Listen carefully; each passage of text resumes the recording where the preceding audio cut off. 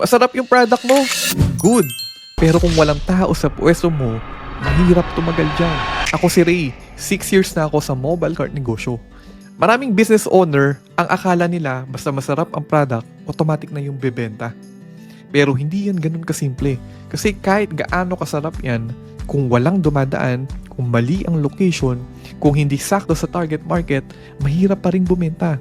Yes, masarap is important, pero hindi siya sapat. Kailangan makita ka ng tamang tao. Dito pumapasok yung advantage ng mobile cart negosyo. Hindi ka nakatali sa isang lugar, pwede kang mag-test ng pwesto. Pwede kang lumipat kung mahina ang foot traffic. Pwede kang lumapit sa students, workers at riders. Kasi ang product dapat nasa harap ng tamang buyer. Ang sikreto, hindi lang lasa. Ang sikreto, masarap na product, tamang presyo at tamang pwesto. Sa free masterclass na ginawa ko, ituturo ko sa iyo yung location thinking na ginagamit namin sa mobile cart business. I-message mo lang kami para mapanood mo. All glory to God.